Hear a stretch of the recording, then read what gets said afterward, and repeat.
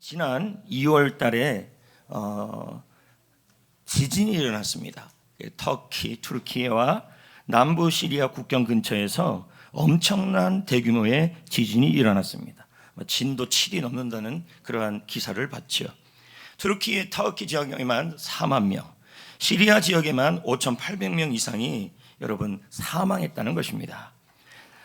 지진은 이 두 나라를 재앙 수준으로 만들어놨습니다. 참 가슴 아픈 일이고, 또 우리 교회도 이 터키 지역과 시리아 지역에 구제 헌금을 보내드렸죠. 그런데요, 이 터키 지역에 이 지진은 그냥 일어나는 게 아니라 진원지가 있습니다. 그게 어디냐 봤더니 터키 가자 안테프 북서쪽. 안 가봐갖고 못 읽겠어요. 여러분, 진원지가 뭘까요? 진원지는 지진파가 발생한 곳을 진원지라 그래요. 사전에서는 진원지를 이렇게도 비유적으로 설명하더라고요. 소동을 일으키고 사건이 일어나는 근원지를 바로 비유적으로 진원지라는 표현을 씁니다. 그럼 여러분, 제가 질문을 하겠습니다. 오늘 말씀 제목이 뭡니까? 부흥의 진원지가 되게 하소서, 이런 뜻입니다. 여러분, 그럼 부흥은 뭡니까?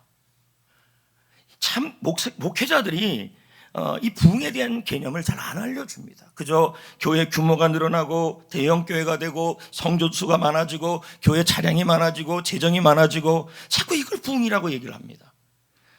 이건요, 나중에 하나님 앞에 가서 목회자들이 회개해야 될 부분입니다. 여러분, 성경에서 말한 부흥은 그게 아닙니다. 다시 살아나는 겁니다.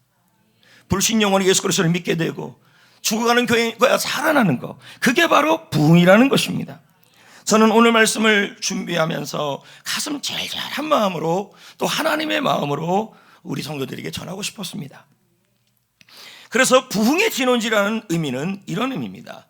한국교회를 다시 살리기, 다시 살아나게 하는 근원이 성전교회가 되게 하여 주옵소서, 이 마음으로 말씀을 준비했습니다. 그럼 오늘 말씀은 가만히 보면요, 에스겔이라는 사람이 등장합니다. 근데 에스겔은 어떤 사람이냐면 선지자입니다. 근데 하나님은 이 에스겔 선지자를 통하여 부흥의 진원지로 사용하고 있습니다. 그리고 이 에스겔이 부흥의 진원지가 되어서 부흥을 일으키는 곳이 어디냐면 바로 이스라엘 공동체였습니다. 당시 이 상황은 바벨론 포로 상황이죠. 그래서 본문을 읽어보면요, 이스라엘 백성들이 있는데 그들은 무덤 가운데 있고 소망이 없다, 이렇게 나옵니다. 마치 한국교회 같은 모습이 보이는 것 같습니다. 여러분, 하나님은 오늘 이런 상황에서도, 하나님은 오늘 에스겔이 부흥의 진원지가 된 것처럼, 그래서 이스라엘 공동체가 부흥이 일어난 것처럼 우리 성전교회를 통하여서도 이러한 부흥이 일어나기를 소망하는 것이죠. 도대체 이스라엘 공동체의 상황은 어떠하길래 에스겔은 부흥을 외쳤을까요? 또 이 부흥이 저와 우리와 어떤 관련이 있을까요? 오늘 이 자리에 있는 분들 중에서 이런 분들이 있을 것입니다. 그 부흥 와서 뭐 하느냐, 그냥 복만 받으면 되지, 나 혼자만 신앙생활 잘하면 되지, 무슨 부흥이 와야 되냐, 이렇게 얘기하는 분들이 있어요. 여러분, 교회는 몸입니다.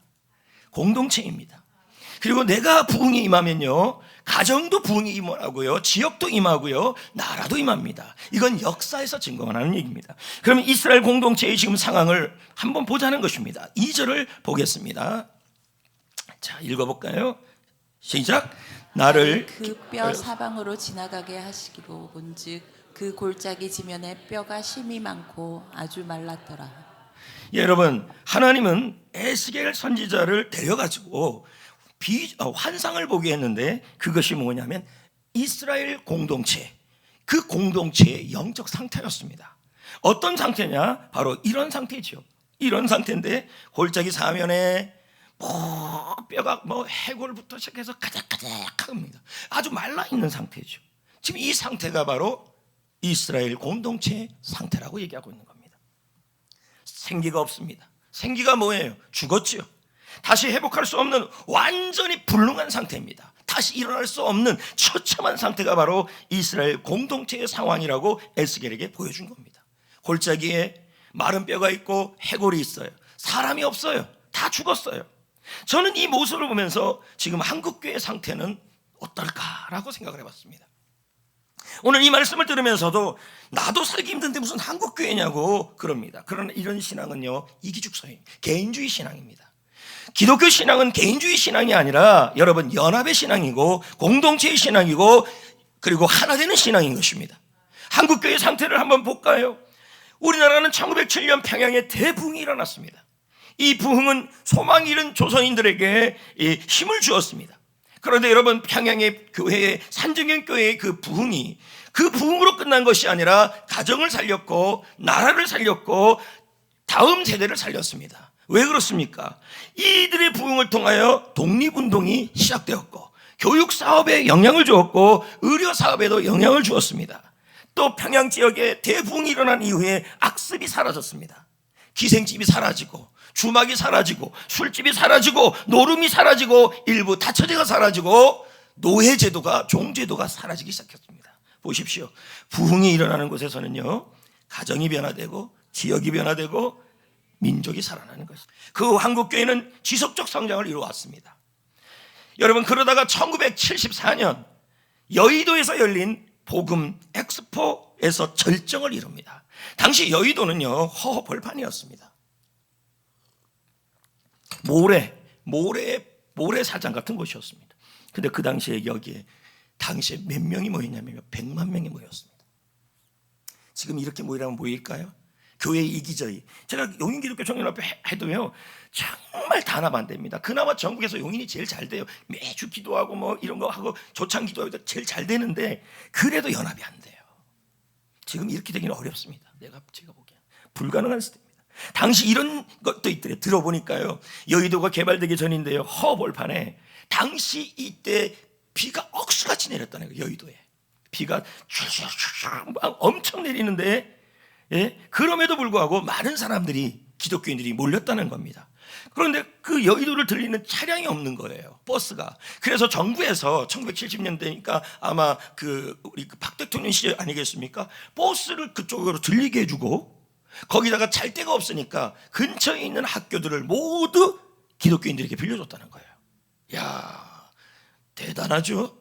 그리고 여러분 비가 막 옥수같이 쏟아지는데요 3박 4일 동안에 100만 명의 크리스찬이 그 비 오는 바닥에서 무릎을 꿇고 기도했다는 거예요. 지금 생각하면 상상도 못할 일입니다. 바람만 불어도 빨리 교회 가요 이렇게 그러는 상황인데 하나님께서 한국교회를 향해서 아니 우리가 다시 부흥이 올 수 있을까?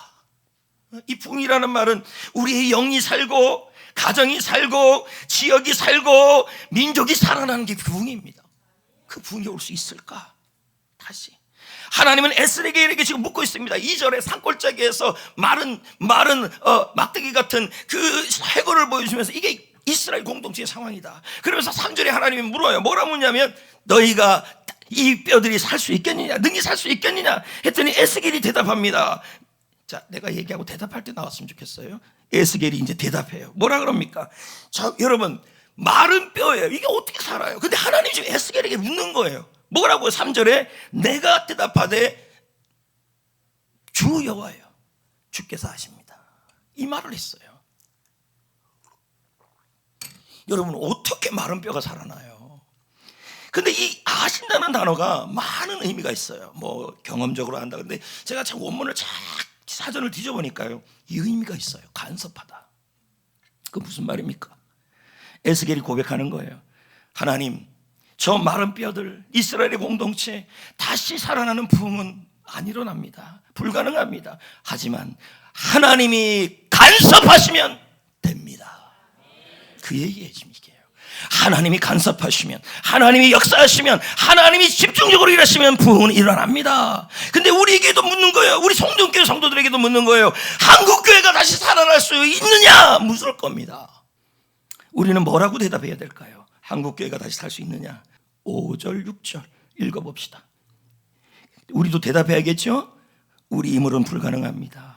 그러나 하나님이 간섭하시면 됩니다. 이거예요. 그랬더니 하나님이 뭐합니까? 그 말씀을 기뻐한 거예요. 그래서 에스겔에게 뭐하냐면 하나님께서 부흥에 대하여 약속을 하고 있어요. 5절 6절이에요. 자 시작. 주 여호와께서 이 뼈들에게 이같이 말씀하시기를 내가 생기를 너희에게 들어가게 하리니 너희가 살아나리라.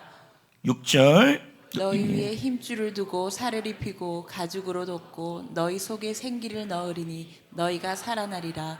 또 내가 여호와인 줄 너희가 알리라 하셨다. 아멘. 여러분, 이 생기가 뭔지 아십니까? 성령입니다. 하나님은 지금 에스겔에게 약속합니다. 뭐라고 약속하냐면 그 마른 뼈가 살 수 없다. 그러나 에스겔, 나는 너희의 고백을 들었다. 우리 힘으로는 불가능하지만 나 하나님이 간섭하면 된다. 내가 약속을 한다. 그 뼈에 살이 붙을 것이다. 그 아직도 붙을 것이다. 생기를 부을 것이다. 다시 살아나리라. 약속을 하고 있는 거예요, 여러분. 그러면서 하나님께서는 또 한 번 에스겔에게 약속합니다. 왜 에스겔입니까?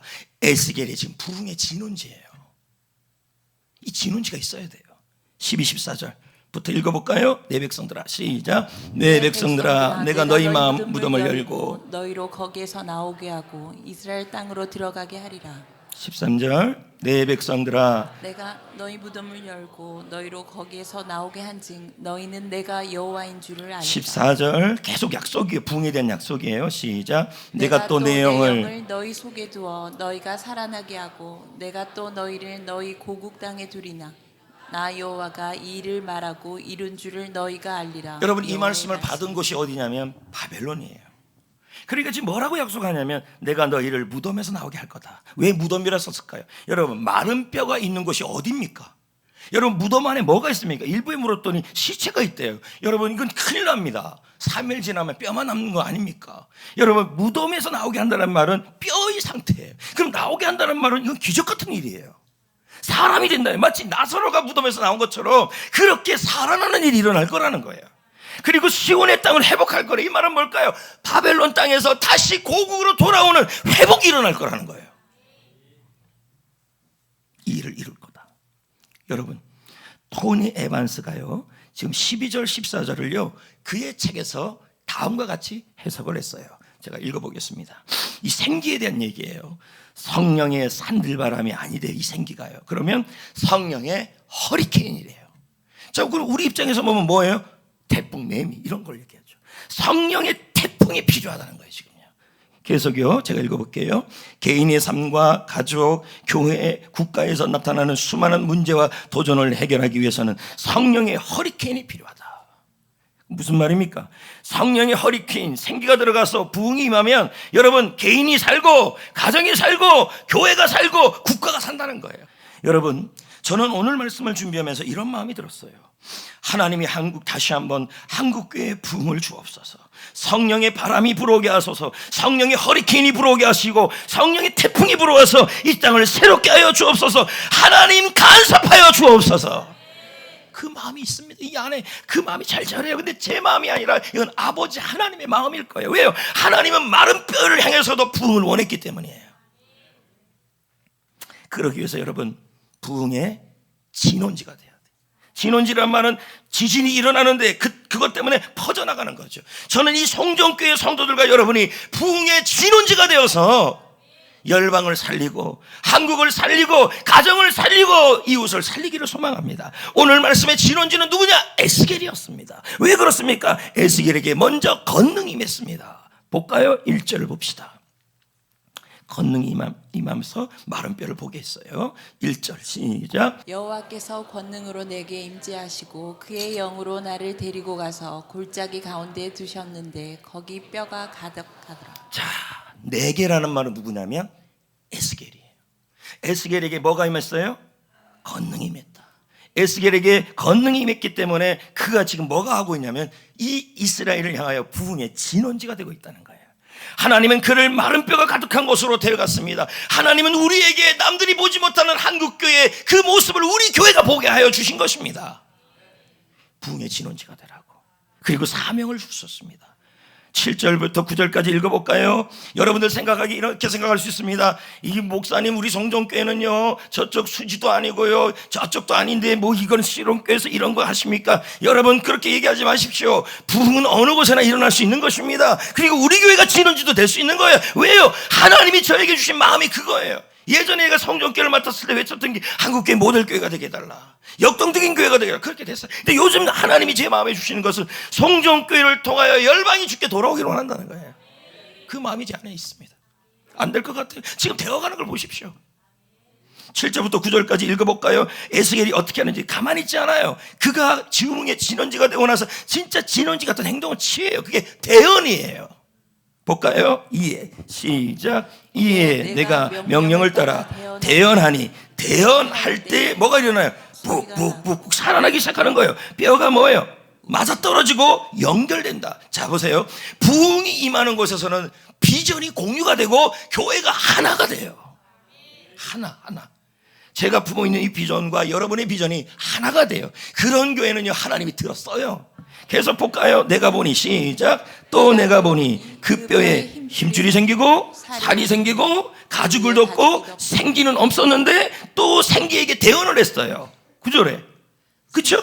그랬더니 이르기를 시작. 주 여호와께서 이같이 말씀하시기를 생기야 사방에서부터 와서 이 죽음을 당한 자에게 불어서 살아나게 하라 하셨다. 네, 그러면 에스겔은 뭐 합니까? 진원지가 되기 위해서 대언을 했다는 얘기죠.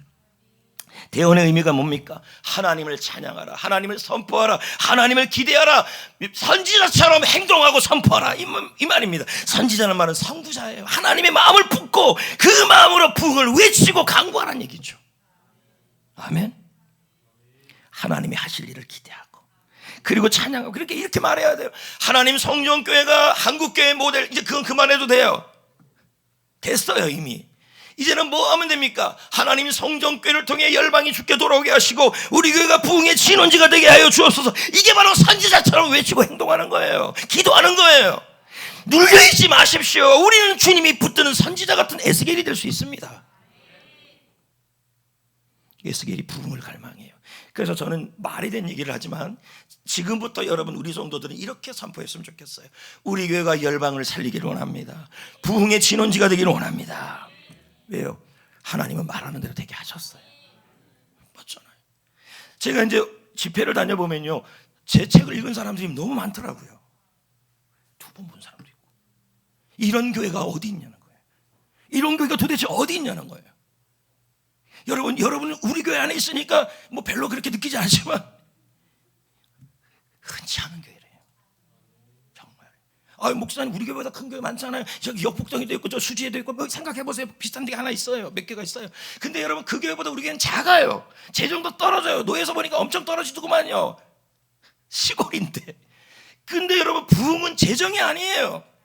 재정은 부수적으로 나타날 수 있죠. 성도수가 부흥이 아니에요. 여러분, 부흥을 해요. 성도수가 많아질 수 있죠. 교회 건물이 아니에요. 부흥은 부흥이 일어나면 건물이 커질 수 있죠. 그러나 그건 부흥이 아니라 부흥의 열매예요.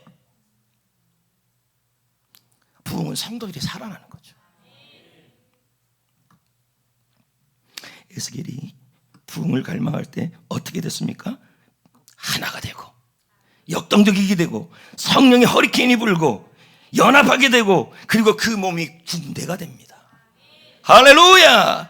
그러므로 정말 하나님께서 부흥의 진원지가 되는 교회는 성도들이 하나님의 군대가 된다는 얘기죠. 비전에 순종하고 온 성도들이 함께 한 마음으로 일사불란하게 움직이는, 그게 진원지는 겁니다. 자, 10절을 한번 볼까요? 정말 그렇게 나오는지요? 이에 시작. 이에 내가 그 명령. 역시 뭐 하고 있습니까? 대언을 제가 뭐라 그랬어요? 선지자처럼 외치고 행동하라는 거예요. 그럼 뭡니까? 선지자란 말은 남들이 깨닫지 못하지만 가장 먼저 영적으로 분별하여 이 시대를 향하여 외치고 선포하고 그리고 살아가는 말이 바로 이 대언이에요. 우리 교회가 그래야 돼요.